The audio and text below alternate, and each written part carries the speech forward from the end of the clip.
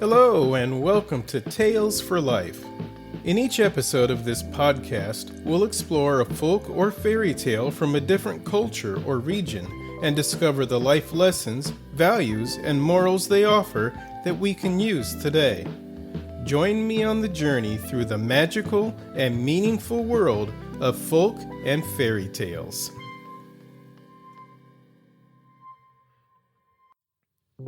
Welcome, story lovers, to Tales for Life, the podcast that journeys through life one tale at a time. I'm really glad you're here today because this episode might nudge you to rethink how you move through the world. Today's story sits under a title that's as direct as it is true. If you're not competing, you're losing. We humans adore competition. We can't get enough of it. There are entire TV networks built around cooking battles, singing showdowns, survival challenges, and obstacle courses that look like they were designed by a caffeinated cartoonist. And then there's sports, from the Olympics to Little League Baseball, where billions of people either play or watch, not because we're rooting for someone to fail, but because we love seeing someone rise. We love watching a person take on a challenge and come out on top. And, if we're honest, we love being that person too. And here's the kicker. This same energy shows up everywhere in life. Whether we want to admit it or not, life is full of competitions. Grades in school, job interviews, performance reviews, creative auditions, dating, even the everyday moments where we're trying to become a better version of ourselves. We don't have to be cutthroat, that's not the point. But we do have to show up. Because when we stop putting in effort, we stop moving forward. Coasting gets you nowhere. Striving changes everything. Today's tale captures that truth in a way only folklore can. It's a story about three brothers, a king with a difficult decision, and a set of challenges that reveal who's truly willing to try. No battles, no villains, just a test of character that shows how effort, humility, and persistence can change a life.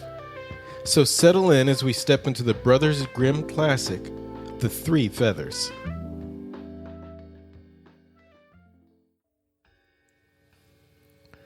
There was once on a time a king who had 3 sons, of whom 2 were clever and wise, but the third did not speak much and was simple, and was called the Simpleton. When the king had become old and weak and was thinking of his end, he did not know which of his sons should inherit the kingdom after him. Then he said to them, "Go forth, and he who brings me the most beautiful carpet shall be king after my death." And that there should be no dispute amongst them, he took them outside his castle, blew 3 feathers in the air, and said, "You shall go as they fly." 1 feather flew to the east, the other to the west, but the third flew straight up and did not fly far, but soon fell to the ground. And now 1 brother went to the right and the other to the left, and they mocked Simpleton, who was forced to stay where the third feather had fallen. He sat down and was sad. Then all at once he saw that there was a trap door close by the feather. He raised it up, found some steps, and went down them. And then he came to another door, knocked at it, and heard somebody inside calling, "Little green maiden small, hopping hither and thither, hop to the door and quickly see who is there." The door opened, and he saw a great fat toad sitting, and round about her a crowd of little toads. The fat toad asked what he wanted. He answered, "I should like to have the prettiest and finest carpet in the world." Then she called a young one and said, "Little green maiden small, hopping hither and thither, hop quickly and bring me the great box here."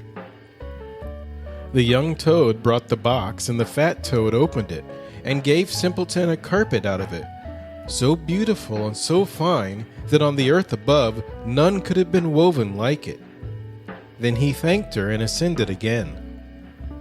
The 2 brothers had, however, looked on their youngest brother as so stupid that they believed he would find and bring nothing at all. "Why should we give ourselves a great deal of trouble to search?" said they, and got some coarse handkerchiefs from the first shepherds' wives whom they met, and carried them home to the king. At the same time, Simpleton also came back and brought his beautiful carpet, and when the king saw it, he was astonished and said, "If justice be done, the kingdom belongs to the youngest." But the two others let their father have no peace and said that it was impossible that Simpleton, who in everything lacked understanding, should be king, and entreated him to make a new agreement with them. Then the father said, "He who brings me the most beautiful ring shall inherit the kingdom," and led the three brothers out and blew into the air 3 feathers which they were to follow. Those of the 2 eldest again went east and west, and Simpleton's feather flew straight up and fell down near the door into the earth. Then he went down again to the fat toad and told her that he wanted the most beautiful ring. She at once ordered her great box to be brought and gave him a ring out of it, which sparkled with jewels and was so beautiful that no goldsmith on earth would have been able to make it. The 2 eldest laughed at Simpleton for going to seek a golden ring. They gave themselves no trouble, but knocked the nails out of an old carriage ring and took it to the king. But when Simpleton produced his golden ring, his father again said, "The kingdom belongs to him." The 2 eldest did not cease from tormenting the king until he made a 3rd condition, and declared that the one who brought the most beautiful woman home should have the kingdom. He again blew the 3 feathers into the air, and they flew as before. Then Simpleton, without more ado, went down to the fat toad and said, "I am to take home the most beautiful woman." "Oh," answered the toad, "the most beautiful woman. She is not at hand at the moment, but still thou shalt have her." She gave him a yellow turnip which had been hollowed out, to which 6 mice were harnessed. Then Simpleton said quite mournfully, "What am I to do with that?" The toad answered, "Just put one of my little toads into it." Then he seized one at random out of the circle and put her into the yellow coach. But hardly was she seated inside it than she turned into a wonderfully beautiful maiden, and the turnip into a coach, and the 6 mice into horses. So he kissed her and drove off quickly with the horses and took her to the king. His brothers came afterwards. They had given themselves no trouble at all to seek beautiful girls, but had brought with them the first peasant women they chanced to meet. When the king saw them, he said, "After my death, the kingdom belongs to my youngest son." But the 2 eldest deafened the king's ears afresh with their clamor. "We cannot consent to Simpleton's being king," and demanded that the one whose wife could leap through a ring which hung in the center of the hall should have the preference. They thought, "The peasant women can do that easily, they are strong enough, but the delicate maiden will jump herself to death." The aged king agreed likewise to this. Then the 2 peasant women jumped through the ring, but were so stout that they fell, and their coarse arms and legs broke in 2. And then the pretty maiden whom Simpleton had brought with him sprang through as lightly as a deer, and all opposition had to cease. So he received the crown and has ruled wisely for a length of time.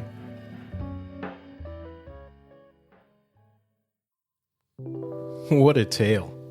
The 3 feathers may be whimsical, strange, and full of the kind of magical logic only folklore can get away with, but its lessons land with the weight of real life.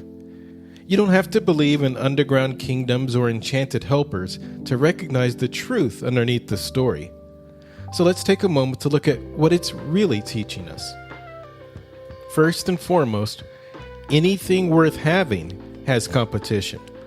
Whenever there's something to be gained, you're not the only one who wants it. That's just how the world works. We may not be out here trying to win a kingdom, but anything of value, a job, a relationship, a creative opportunity, a personal goal, draws other seekers too. And that means effort isn't optional. If something matters, you have to step toward it with intention, because value and effort are always linked. Second, effort is the price of admission. If you're not putting in the work, you're going to come up short. The two older brothers in the story didn't lose because they were unlucky. They lost because they didn't try. And we're no different. You don't get something for nothing. Not in fairy tales, not in real life. Whether it's growth, success, or change, the universe seems to run on the same rule. Coasting gets you nowhere. Striving changes everything. And striving isn't about perfection. It's about movement, direction, and showing up. Third, and maybe even more important than the other two, your starting point doesn't decide your ending. The older brothers counted the simple brother out before the competition even began. They assumed he had no chance. But he didn't make that mistake. He didn't count himself out. He took what he had, followed the path in front of him, and kept going.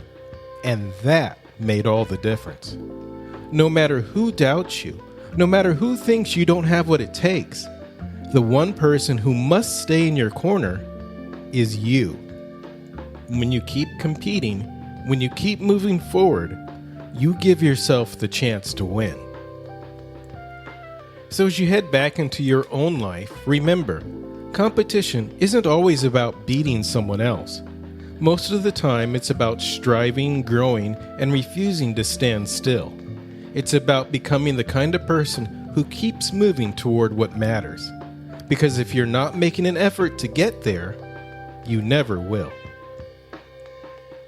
Thank you for spending this time with me today. I hope you join me again for the next episode of Tales for Life, where we'll keep exploring the stories that help us live, grow, and become who we're meant to be.